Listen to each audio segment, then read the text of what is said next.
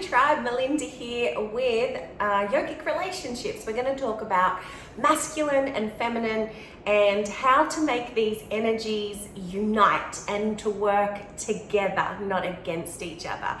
And most of that just comes from a little bit of understanding on both our parts. I asked the staff here because this is a topic that I literally could blabber on about all day. So because I need to keep this in about a 45-minute bracket for you guys, I asked what I should focus on, and they told me that working together in relationship and explaining masculine and feminine energies is probably the most helpful. So hopefully my staff know you well enough and that is what you want to hear. So let's start by first my disclaimer. I will be talking about men and women, and I'll also be talking about masculine and feminine. Sometimes I'm going to say the wrong thing just out of habit of speaking about myself in my relationship. So I apologize if sometimes I say women, but what I really mean is feminine, because sometimes the men can be more feminine than the woman, and sometimes the woman can be more masculine than the man. There's no right or wrong. It's the beauty of this unique world we live in. It's the way it goes. Everything is so unique and different. So I apologize if I do slip up and say the wrong thing. I also just want to confirm what I mean when I say certain words so we're on the same page. So men is of course someone with a penis. Women, you have a vagina. So when I'm talking about men and women, that is literally all I'm coming back to. And when I'm talking about masculine energy, it is the energy that is privy to all of us. We all have masculine energy, men and women. So I'm talking about an energy when I talk about masculine. And then feminine, exact same deal. It is an energy that I'm referring to. It doesn't mean that it's a specific sex that I'm labeling that to, okay? One big thing that I think is really important to understand is that we all have different needs, and it's based on what we don't have. So if you're a woman with a lot of masculine energy, you're going to be attracted to a man with a lot of feminine energy because that will balance you out. And if you've got a lot of masculine energy in you as a woman, you may even be looking for a really feminine woman to balance you out, and same with men. So it doesn't, it's not exclusive to sexes, it's just exclusive to an energy that we're referring to and trying to find a partner that we can work with in life that complements what an energy we have. So I just put all that out there first before we get into the nuts and bolts. So basically, men, as when they're born with a certain amount of feminine energy. This is as far as the science that I've followed explains. So when a man is born, he's set with how much energy is masculine and how much is feminine. And that won't change throughout his life. If you've got a man that has a lot of feminine qualities, is very nurturing, he's very much a carer, I've got a lot of men like that in my life, that will stay with them, that feminine energy, throughout their life. With a woman though, her energy changes. We're the adapters because we have to be. We've had to be throughout history. So our energy isn't set in stone like men are. Our energy waxes and wanes depending on what's going on in our life. So you might meet a woman that's incredibly feminine. She's very attached to her nurturing and mothering energy and very close to spirit, which is a feminine attribute, is close to spirit. But then she goes through a divorce and she's now parenting children on her own. That woman is going to start to have more masculine energy in her body because she can no longer just focus on mothering and nurturing. She now has to protect and provide and have those masculine qualities with her. So she has the ability to adapt. And nature gave us that gift because when the men would go out hunting, we would have to step up and make sure we're protecting and providing for, you know, the village, for the children, for the other women, while the men weren't there to help us. Because let's be real, I mean, we're all screaming for equality and all that stuff, but at the end of the day, we have different strengths. And unless we really start to honor our different strengths, we are going to have a battle of the sexes until forever. We have to learn to accept men are physically stronger than women. The same size man to the same size woman, he will be stronger than her. It is the way it goes. But we get this beautiful gift. The feminine energy gets the beautiful gift of being closer to spirit. So we have these beautiful qualities that complement each other, but women have to adapt a bit more than men. So we have that ability to switch from masculine to feminine energy. It also changes as we age. I'm gonna drink tea, I hope that's okay. It also changes as we age. So what we have inside our brain, between our right and left hemispheres, is we have what we call the corpus callosum. And the corpus callosum is kind of like something that sits in between the two hemispheres of the brain and limits the amount of communication that can go back and forth between right and left. Men have a bigger corpus callosum, so they have less communication going back and forth. That's why men are really practical and logical as a general rule, where women, we're born with a smaller corpus callosum. That's why we're really good at multitasking and doing things, lots of different things, having many projects on the go or half finished, where they would drive a man crazy. So we have a smaller one, so we can go back and forth. It's all a part of nature and the way we've evolved. But the thing nature does, it plays a little bit of a trick on us. That's how we start. And then as we mature and we get a little older, the woman will start to have a bigger corpus callosum. So she gets much better at single focus, and the male, his corpus callosum starts to get smaller. So he enjoys cuddles after sex, where in his 20s he could have just wham bam, see you later ma'am, and not minded, where, you know, 40s, 50s and onwards, he's starting to really enjoy those moments and to have more of that feminine energy coming into him as he ages. And women, I guess by the time we're in those older years, not that they're super old, but in those older years, we now don't have young children as a general rule that we have to be looking after and caring for. We can start focusing on ourselves and our career and things that require single focus. So it is something that does change and evolve over time, which is absolutely fascinating. So the feminine energy is basically made up of the woman and the mother. The feminine energy, so not women, the feminine energy is made up of the woman and the mother. So the woman is spirit, so the woman is free. The mother energy, of course, is the nurturer, and you don't have to be a mother of children to nurture. I know plenty of people who don't have children, but they nurture their community, they nurture through their career, they give back a lot, they have beautiful pets that they adore. So nurturing doesn't always get, you know, shown through parenting. It sometimes comes through in other forms. And then we have the masculine energy, which is all about seeding, so planting the seed and, you know, helping survival of our species, and also freedom. That's really important to the masculine energy. And then of course the father figure. So there's someone who is providing and protecting. Yeah, so they're the differences between feminine and masculine energies. What we then have in that is our spiritual approach to life, and then our caveman or cavewoman approach to life. So we've got these natural qualities, these attributes that work beautifully with the opposite energy. But sometimes we get so caught up in worrying about protecting ourselves, or for men, creating freedom for themselves, that we fall into the caveman or cavewoman traits, and we start to act them out. So let me explain. If at your core, what you're really needing as a woman is to nurture and to protect. And at your core, you're really wanting to feel protected by a masculine energy. Okay, you want someone that makes you feel safe. That's really important to the feminine energy, is to feel safe and protected.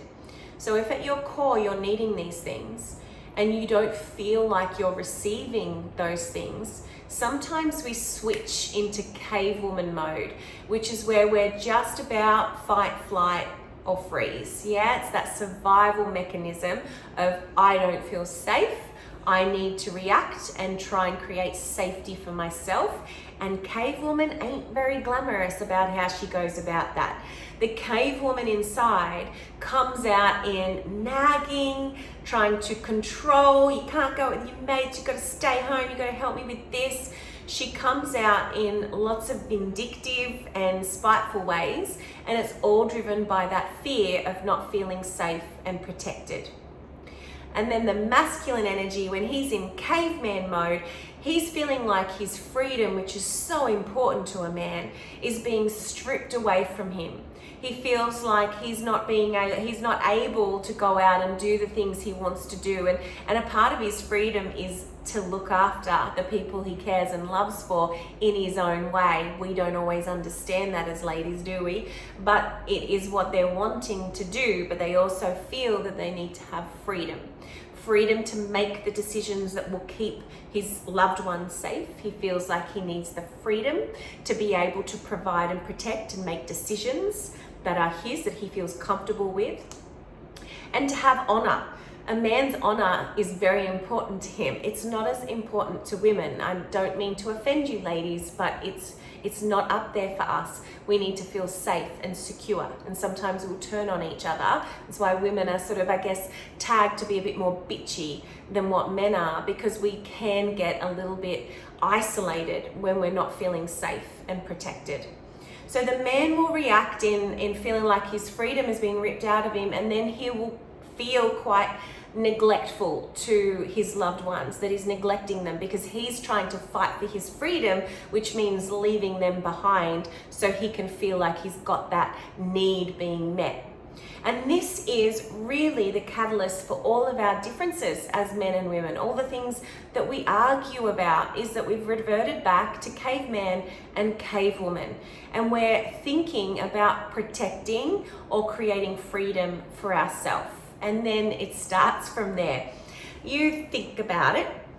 If you're not feeling safe, and so you're now nagging and feeling like you need to prove to me that I'm important to you, and if that, that bear's coming, that you've got my back. So that's where the woman, she's not consciously thinking this, but this is what's going on instinctually to her.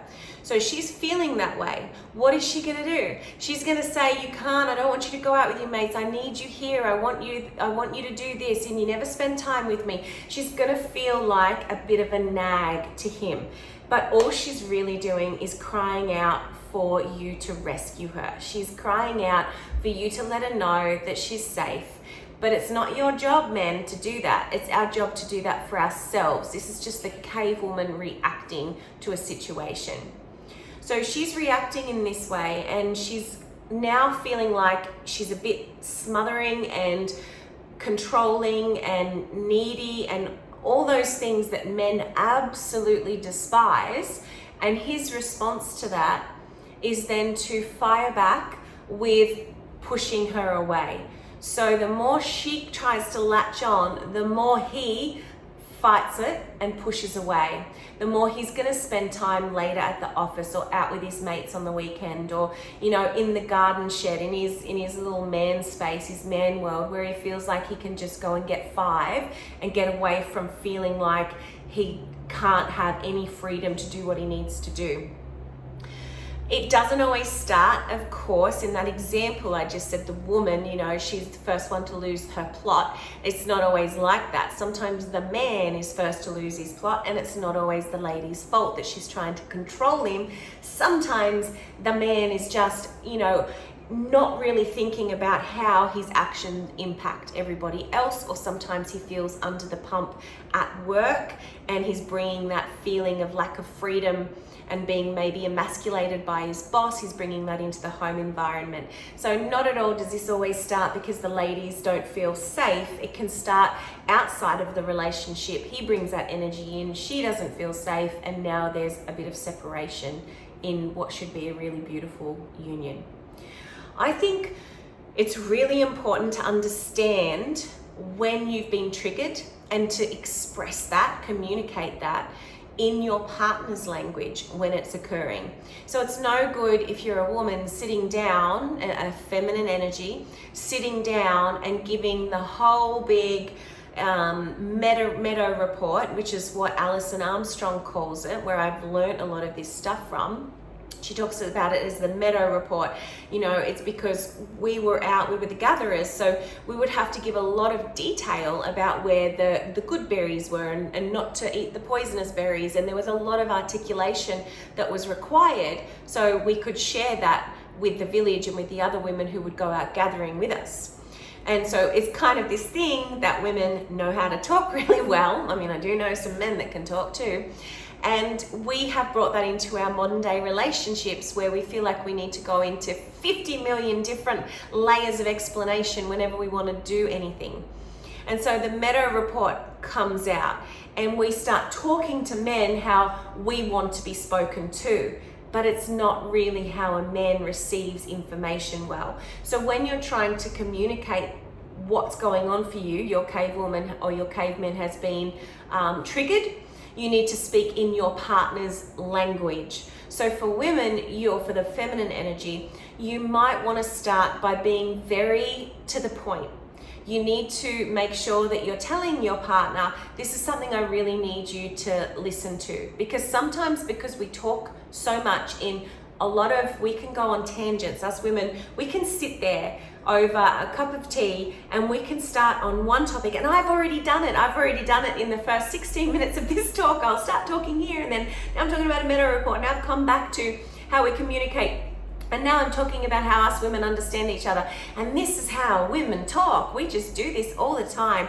We can start on one path and we'll follow each other onto these little detours, and that's okay with your girlfriends. You do that with your partner and he is lost. He's like, whoo, I do not understand what part of this story I'm supposed to remember, what part of this story is important, or what part of this story I'm supposed to fix. Because that's how the masculine mind works. It thinks in problems. It always wants to solve them for you. So when you start going on tangents, you're going to get that glazed look and you're not going to have him engaged. So when you need to tell your fella, look, what you've just done, I feel my cave woman triggered, you need to say it in very short, direct terminology, and you need to let him know this is something I really need you to listen to. You need to have those words nice and clearly before you explain very quickly and briefly what's happened for you, and then he has an opportunity to try and fix it, because men like to fix. For men, make sure when you're talking to your lady and you're telling her that your caveman has been triggered and you're really feeling that you're being smothered, or you don't have enough freedom, or you haven't been given enough control to make the decisions you feel are best for your loved ones so you can keep them protected and safe, which is an instinctual drive that you have as a masculine energy. You need to explain it in a way that she feels like you're being soft and kind with her. So you need to do it in a way where maybe you're touching at the same time as speaking, and you're taking ownership of what's going on for you. Because women, we do react when we feel like we're being attacked. We do react. That's a part of us. So we need to feel safe. Number one, make us feel safe. Touching, eye contact, make your words really nurturing and kind as best you can, and that's how you're going to get the best response from your partner. So the information I just shared there about how to communicate when you feel like your cave person has been triggered. I'm not saying that you need to change who you are. I'm just giving you pointers of how to make your life more easy and how to make your relationship smoother. So you might want to fight back and go, well, why should I? Why? That's her problem or it's his problem. It's actually your problem too. If he's got a problem or she's got a problem, they're going to let you know about it. And if you can't be kind and compassionate and just try your hardest to meet your partner where their brain works, then you are going to suffer as well. So it's all about union. It's all about coming together and working with your strengths and owning things that go on for you before any conversations take place, because that's how they stay a conversation and not a fight. I just said to Glenn this morning, I was getting really teary, and I said to him, I am PMSing so hard right now. And he was like, tell me about it. I didn't really need to tell him that, but by me saying that, it's honoring the fact that, okay, I can register that this is my emotions out of whack, and I want you to know I'm aware of that. That's what that statement was to me. I'm letting you know that I know that this is irrational and that I'm not blaming or looking for answers or looking for something to attack just because my emotions are a bit out of whack. And that's a really positive thing to do in your relationship, is just to own where you are. And for men, you typically come from a stressed state, so sometimes you can get very short and abrupt.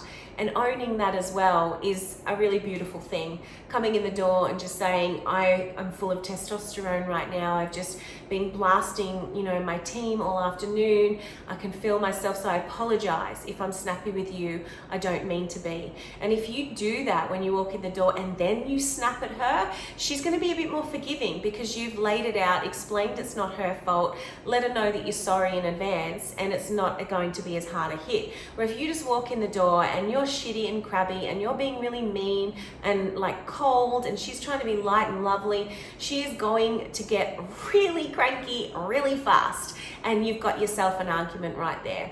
So both of us can take responsibility and ownership for what's going on for us outside of the relationship, because in relationship is where we usually take our crap out of, because that's where we feel most comfortable. I'm cranky at work. This is where I can vent it. I've got to be polite to the people I work with, but I don't have to be polite to my wife or my husband.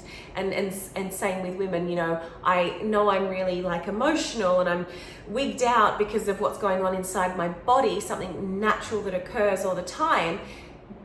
But I can own that. Otherwise, I will just make up stories of why I have the right to attack you right now because I don't feel so good on the inside and I need to get it out. So that would be my number one tip, is understand the differences between masculine and feminine, understand the difference between men and women, the corpus callosum being one of the major differences, the strength, the spirit, major differences, and then the differences and how they then work with men and women. And we don't all have, men aren't this and women aren't that.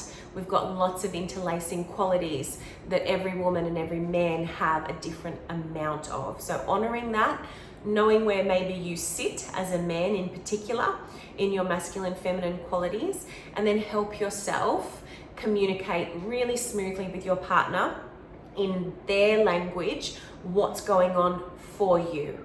Otherwise, we're going to think it's about us, the opposite person, the person who is getting this problem explained to. So tip number one right there is how to work with that. So I very skimmed over just before how men think in problems. So men think in problems and women think in ideas. So men are always looking to solve a problem. They work, remember, predominantly with one side of the brain, so they are very good at problem solving and working things out, and they always want to fix a problem. That's why when ladies go to their man just to vent, he's not usually what we're expecting, just a great listener who will just listen to us even though the answer's right in front of us. We just want to get it out. He's just like, I'm just going to fix this thing for you. That's how he's wired. And then for us ladies, we think in ideas. So we have these amazing ideas. And they don't always have to, evolve into a material world, but we have ideas and we like to make everything pretty and we're inviting and creative. Remember, we're close to spirit as the feminine energy. We're very close to spirit. So everything is light and everything is lovely. And that's where we really thrive. Where men are really grounded. They allow us to be that energy. So we should be very grateful that they've taken on the role of being a little more responsible for what's going on, and we can be a little lighter. But not all women allow that. We start to try and take over because we are so good at multitasking and organizing. So we try and take over a lot of that decision making, which takes away the man's freedom to protect his family. And a lot of problems come from there. So when a woman is thinking in ideas and a man is thinking on how to solve a problem, you can imagine how that can start lots of problems in relationships. I'll just use Glenn and I as an example. We are in the middle of getting renovations done on our house, which I'm super excited about. And Glenn was too when we first started this project 14 months ago. It's been a very long project with lots of reports and crap we haven't even put, one brick down. It's just all about reports and DAs and all those things right now. But when we first started the project, he was excited with me. We were sort of sharing ideas, and of course that really elevated my spirit because I love ideas. It was about making our home prettier. Love that too. So this really elevated my feminine energy, and I was very drawn to this project that we'd created together. And Glenn was on board for a certain amount of time, and then he started to sit back and start doing the calculations because he is the one who takes responsibility. That's the masculine energy. And in our relationship, we're very, stereotypical male, female, masculine, feminine. We are very stereotypical that he has a lot of the masculine energy and I have a lot of the feminine energy. But that's not for everyone.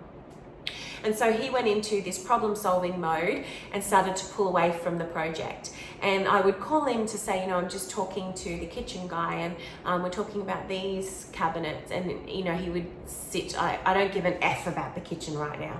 And that's how he would respond to me. I thought, yeah, I'll make that decision by myself. And I ended up having to talk to him and just say, this is something that I could really be enjoying, but whenever I talk to you about it, I feel like you're a bit of a negative Nancy about this topic. And that's because he just started to focus from the masculine point of view about how it's all going to work. How are we going to afford this? How's this going to work with the kids and with COVID? And because we were going to go and visit his family while it was being built, and now we probably can't. And so he's thinking about all these things, and I'm still really infatuated with the project itself and creating the project. And I could see that he wasn't that interested in the details, so I thought I was doing him a favor by taking over a lot of that and just doing it. Like, oh, okay, fine, I'll do all the picking and selecting. I'll sit there and speak to the joiner. I'll sit there and talk to the architect for 3 hours about different materials that I have nothing, I have got no clue about and what kind of decking you should use. But I would sit there and I would go through that because I would think, okay, this is something that I'm probably a little bit better at, so I will take this off his hands and I will just get it sorted and then, let him know where we're up to. But in his little brain, big brain, he was thinking about the finances and how it's taken so long, and he's thinking about how it costs way more than what we were told, which we should have known because that happened when we built the sanctuary. So shame on us for not thinking like that was going to happen again.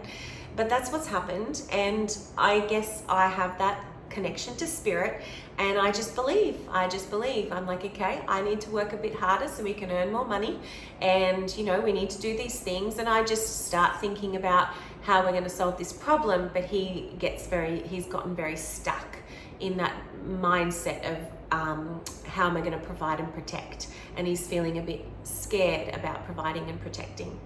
And so it was really interesting to have that occur in our relationship, having this knowledge behind us, because we could openly communicate about what was going on. I knew and I understood, and he had the right words because we did a lot of this study together. He had the right vocabulary to explain to me. He didn't just start, yelling at me and, don't want to do. I mean, he did a couple of times get a bit snappy with me, but he would then come to me and say, I'm sorry, I just want to provide and protect. And he would use that language. And so I knew that that's where he was coming from. Where if we hadn't had this knowledge behind us, what could have happened is a lot of, slander. So I could have said, you're ungrateful, you're not helping me, and I'm doing everything, and you're not interested in blah, blah, blah, blah, blah. And then he could come back with, you're ungrateful, and it could get very to and fro. And don't get me wrong, it doesn't mean that I haven't said to him, why don't you appreciate everything I'm doing? I'm doing a lot of this work for you. I have had that conversation, and he has said, what do you think this is? There has been those moments, but we've come back really quickly to understanding each other and where we're coming from and getting on the same team. So having this knowledge and understanding that women think in ideas and men think in problems is really important. There was this one moment where we were talking about how we're going to create our new bedroom. So we're moving our bedroom away from our kids so they can make as much noise as they like. Now that they're teenagers, they stay up all night, and their bedrooms are right next to ours, so they keep us all up all night. First world problems. And so we've decided to move our bedroom to the other side of the house to give them a bit of space to be as loud as they like without interrupting our slumber. And we were talking about that room, and I am just thinking in ideas. So even though I'm saying to Glenn, I'd really love, how cool would it be if we had this little square deck and it overlooks the greenery on this side of the property, and then have an open bathroom, and then a fireplace here. And I'm thinking of all these ideas, and a walk-in robe there. And for me, they're ideas. I don't have to have these things. I don't feel like, because I've said this, that this is what I want to happen. They're ideas. And if we get to the end and we're looking at this much money and we need to get this to match that amount of money, then we get rid of a lot of those ideas. Yeah. So the women out there will be feeling me. I'm not going to cry. It's just, these are my ideas. How many of these ideas can we make work? That's where my brain's coming from. But from Glenn's perspective, it's like, well, how much does that cost? What's that cost? What's that cost? And he's thinking about, how can I make this work for her? Because I want to provide. I want her to have what she wants. But that's not at all what I'm saying to him. I'm not saying I want all these things. His brain just immediately goes to, being that provider, instinctually to, how can I provide these things for her? So another really useful thing to say to your partner is, these are just ideas. Before you start, or if you can see him starting to calculate a little too much and he's not enjoying your story and your creativity, and we then feel all, depleted because they don't care about all these wonderful ideas we have, we just need to say, I've got these really awesome ideas. They don't have to come to fruition. Maybe they're bad ideas, but I just want to share them with you. Or in your own words, something similar, where you're setting the tone for the next conversation. And then from that platform, he can relax and understand he's just listening to a bunch of ideas, and he will actually engage in your creativity, and you won't feel really disappointed at the end when he just says, we can't afford that. And you feel really bummed out, and he feels bummed out because he thinks she wants all these things and we can't afford them. He starts to think, mechanically like that. So set the tone for the conversation. These are just ideas. Can I share them with you? Something to that tone. And then for conversations where you do need him engaged, and to be thinking, okay, how are we going to approach this? We need to provide, we need to protect, we need to do all these things. And maybe that's around children. Then you need to set that up as well.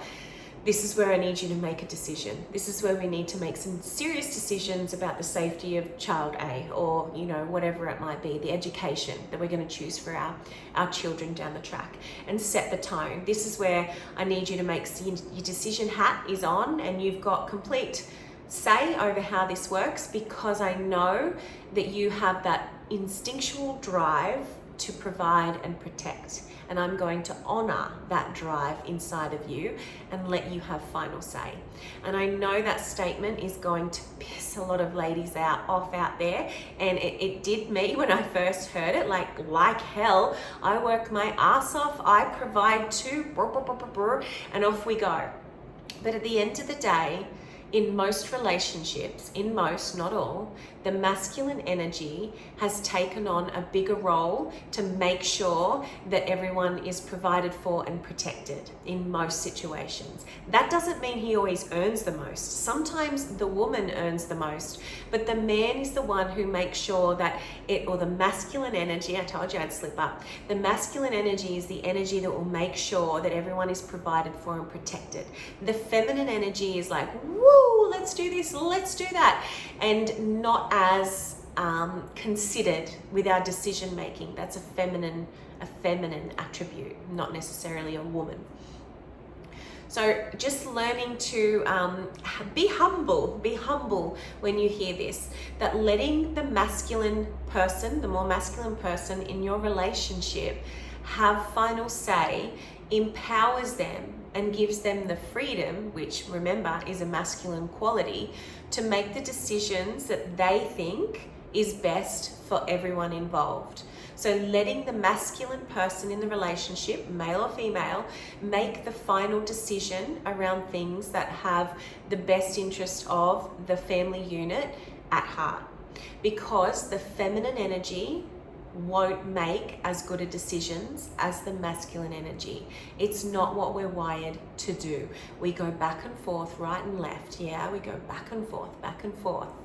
It's much better being left in the hands of the masculine energy, even if the feminine energy makes more money. It's got nothing to do with who earns the most amount of money or what sex you are. It's the energy, what energy is behind those decisions is really important. So I think they're the main things that I wanted to share with you guys, things that have really helped me understand men, and not just Glenn, not just my husband, but also my children. It helps me understand where they're coming from, and I can see their needs and their desires coming out. Even with little old Marley, who is 14 now, I've been seeing a lot of her masculine energy coming out as she tries to explore and have more freedom in her life. So it's really interesting to observe that and to see them go through these different stages of learning to be their energy, learning to really settle into that energy and to learn to adult with that energy is really what they're trying to do. And to be a beautiful role model of those energies is a really beautiful thing. So just remember that we're always looking to work together. If you think of masculine and feminine as a whole, so masculine and feminine, it doesn't mean you're not complete without your partner. I'm not saying that at all, you are. But the masculine and feminine energy, they combine together, and it's like a whole unit. The masculine provides what the feminine doesn't have, and vice versa. So allowing yourself to draw upon each other's strengths, to fill in the void where you need to have compassion where you're different, is going to make for a really beautiful relationship. And although we do have those caveman and cavewoman moments where we feel like what our needs aren't being met, and we try and get that from our partner, what we really need to be doing and striving for is to fill those needs within ourselves. At the end of the day, although we can support each other, we can communicate better, we can understand each other, at the end of the day, only I can make myself feel safe and protected. Only Glenn can make himself feel like he has the freedom to do what he needs to do and to father. Only every single person out there, only you can do those things for yourself. So remembering really deep down that at the end of the day, we have these amazing connections with other people. We need to find completeness within ourselves and understanding for who we are. And our relationships then, they stop being something that we're trying to feed off, and they start being something that we can contribute to and learn from, which makes it a much more beautiful experience for everyone involved. I hope that was interesting, guys. I apologize that this wasn't live for the collective. If you're watching the recording after, that makes no sense to you, I'm sure, but this was supposed to be a live Facebook recording. But I was listening to my family complain about how many nights a week I've been working, and I did choose to record it so I can spend tonight with them chilling out. So thank you for being understanding for me and my mother inside, who just wants to nurture and look after her family and do this way. I hope you're all having a magical day, evening, and I'll talk to you soon. Ciao for now.